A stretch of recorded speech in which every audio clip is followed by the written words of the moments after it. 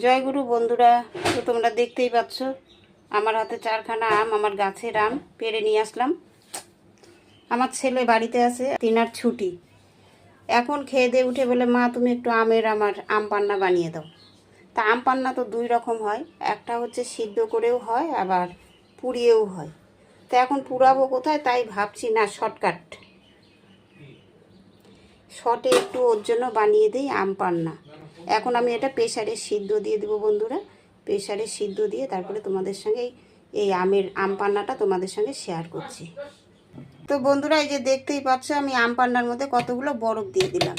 এই যে বিট লবণ, এই যে 3টা লঙ্কা। বন্ধুরা, এই যে চিনি দিয়ে দিচ্ছি। তোমরা দেখতেই পাচ্ছ, একটু চিনিটা বেশি লাগবে, না হলে তো আবার টক হবে। তখন আবার আমার ছেলে খাবে না, বলবে তখন মা কি বানিয়েছো। অল্প একটু কালার দিচ্ছি বন্ধুরা, যদিও দেওয়া চলে না, একটু কালার।